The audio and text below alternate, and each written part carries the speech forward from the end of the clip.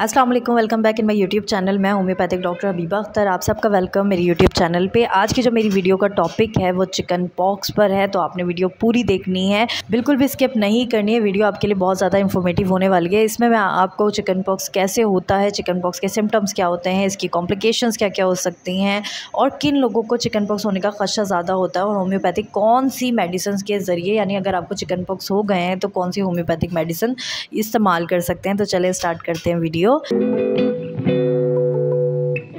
Doctor Habiba Akhtar DHMS RHMP खवातीन के मखसूस और पोशीदा अमराज का इलाज, जल्दी अमराज, चेहरे के दाग धब्बे, सीने के अमराज, लिकोरिया, बच्चों में भूख का न लगना, बवासीर, इन तमाम अमराज का कामयाब इलाज के लिए हमारे क्लिनिक विजिट करें। डॉक्टर हबीबा अख्तर, रोजाना दोपहर 2 बजे से शाम 5 बजे तक। Time homeo Unani store and clinic.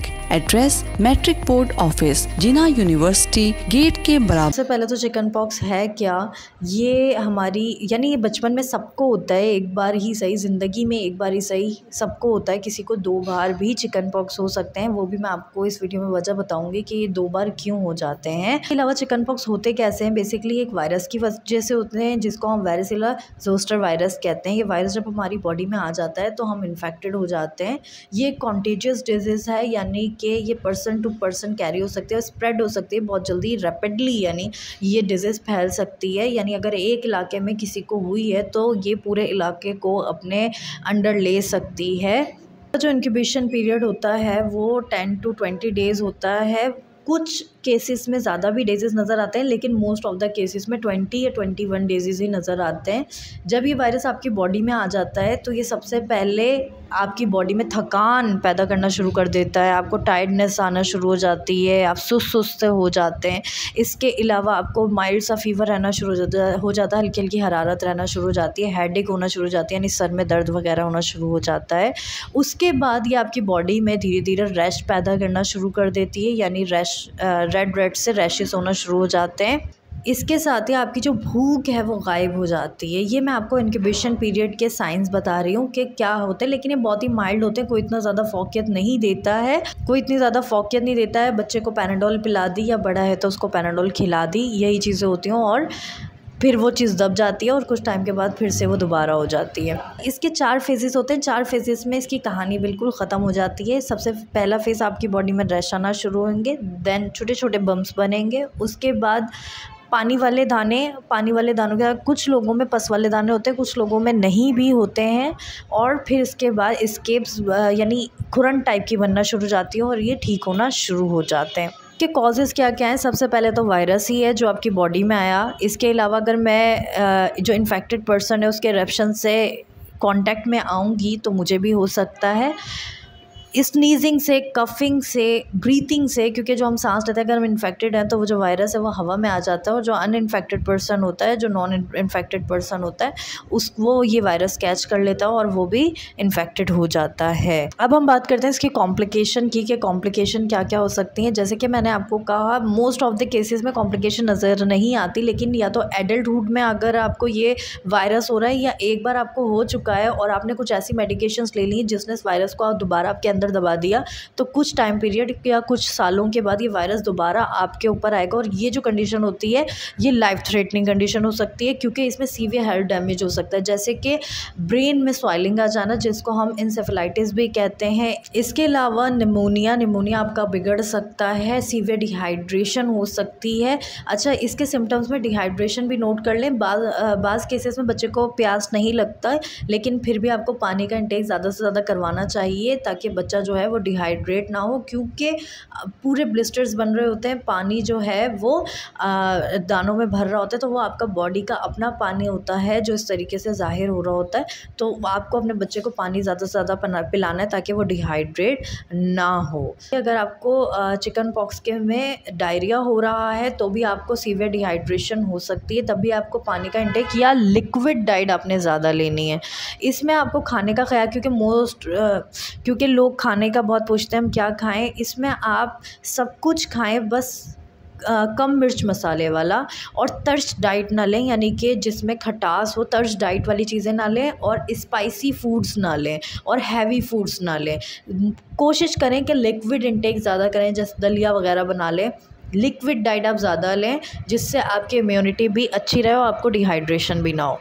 इसके रिस्क में बच्चे सबसे ज़्यादा होते हैं। इसके अलावा वो प्रेग्नेंट वुमेन्स, अगर उनको लाइफ में कभी नहीं रहे हैं चिकन पॉक्स, कभी नहीं हुए हैं, तो उनको चिकन पॉक्स प्रेगनेंसी के दौरान हो सकते हैं। वो हाई रिस्क में होती हैं चिकन पॉक्स को कैच करने के।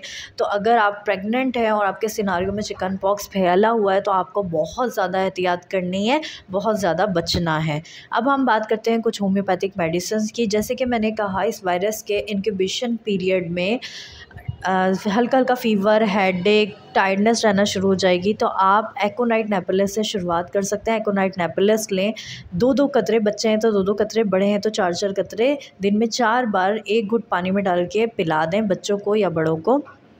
इसके अलावा अगर बॉडी में रैश आना शुरू हो गए हैं और बॉडी टेम्परेचर जो है बार बार स्विच कर रहा है, चिकन पॉक्स में बॉडी टेम्परेचर भी स्विच करता है, जैसे कभी आपको बॉडी बिल्कुल नॉर्मल हो जाएगी, कभी आपकी हल्की हल्की हरारत आना शुरू हो जाएगी, तो बेलाडोना इसमें बहुत अच्छा काम करती है। अगर चिकन पॉक्स आपको आ गए हैं, छोटे छोटे बम्प्स हो गए हैं या पानी वाले छाले टाइप, ब्लिस्टर्स टाइप हो गए हैं और उसमें इचिंग बहुत ज़्यादा है, तो रस्टॉक्स बहुत अच्छा काम करती है। लेकिन अगर आपको खुलकर नहीं आ रहे चिकन पॉक्स, 1-2 आ जाते हैं, वो ख़त्म हो जाते हैं, फिर कुछ टाइम के बाद फिर थोड़े बहुत चिकन पॉक्स निकल जाते हैं और आपको खुल के नहीं हो रहे हैं, तो आप ब्रायोनिया 30 में ले सकते हैं। सेम बच्चों के लिए 2-2 कतरे और बड़ों के लिए 4-4 कतरे, दिन में 4 बार 1 घुट पानी में। अगर आपको चिकन पॉक्स और साथ में आपको डायरिया हो रहा है बहुत ज़्यादा, तो आप पल्साटीला, सिर्फ पल्साटीला 30 में लेंगे, 2-2 कतरे, दिन में 4 बार पानी में डाल के, और बड़ों के लिए 4-4 कतरे, दिन में 4 बार पानी में डाल के।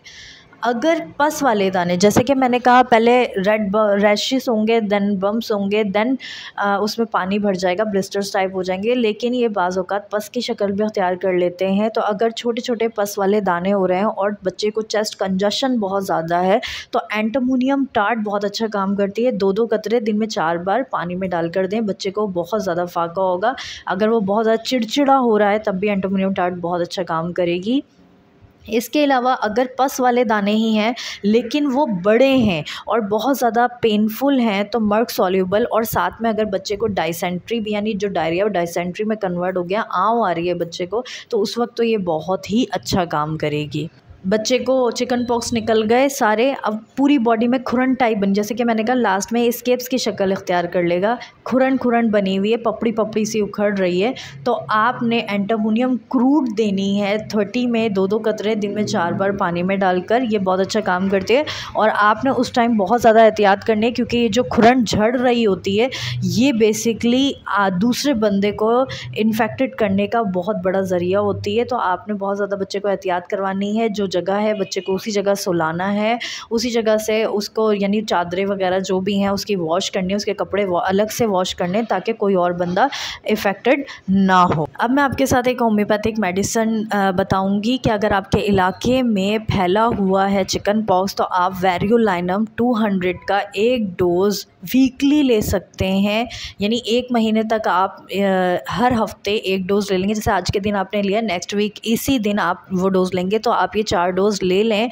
और हर 1 मंथ के बाद दूसरे महीने में आप ये डोज़ कंटिन्यू कर लें। यानी 1 महीना आपने 4 डोज़ ले लिए हर हफ्ते, तो 1 महीना आप स्किप कर दें और जो नेक्स्ट मंथ है उसमें आप इसी तरीके से ये डोज़ ले लें। अच्छा, मैंने कुछ लोगों को देखा है जो कहते हैं वेरियोलाइनम चिकन पॉक्स में यूज़ करवाने का, तो मैं बेहतर नहीं समझती, क्योंकि ये एज अ वैक्सीन रेमेडी है, ये वैक्सीन करती है। तो बेहतर ये है कि आप चिकन पॉक्स होने से पहले, यानी अगर घर में किसी को है तो बाकी सबको 1-1 डोज़ दे दें, तो वो लोग सेफ़ हो जाएंगे। लेकिन अगर हो गया है तो उस टाइम इसको यूज़ ना करवाया जाए। अगर चिकन पॉक्स हो गए हैं और बच्चे ने खुजा लिया है और उसके गड्ढे पड़ गए हैं फेस पर, तो वेरियोलाइनम उस वक्त यूज़ करवाई जा सकती है ताकि वो जो गड्ढे पड़ गए हैं वो ख़त्म हो जाए, क्योंकि वेरुलैनम जो है वो ये क्लेम करती है कि मैं गड्ढों को ख़त्म कर देती हूँ फेस पे होने या बॉडी पे कहीं पे भी चिकन पॉक्स की वजह से गड्ढे हो जाएं या स्मॉल पॉक्स की वजह से गड्ढे हो जाएं। तो वेरुलैनम एक ऐसी मेडिसिन है जो क्लेम करती है कि मैं उन गड्ढों को सही कर देती हूँ। तो होपफुली आपको ये मेरी वीडियो अच्छी लगी होगी, और अगर आपको मेरी वीडियो अच्छी लगी है जल्दी से मेरी वीडियो को लाइक कर दें और मेरे चैनल को सब्सक्राइब करना बिल्कुल भी ना भूलें। Thank you so much. अल्लाह हाफिज़।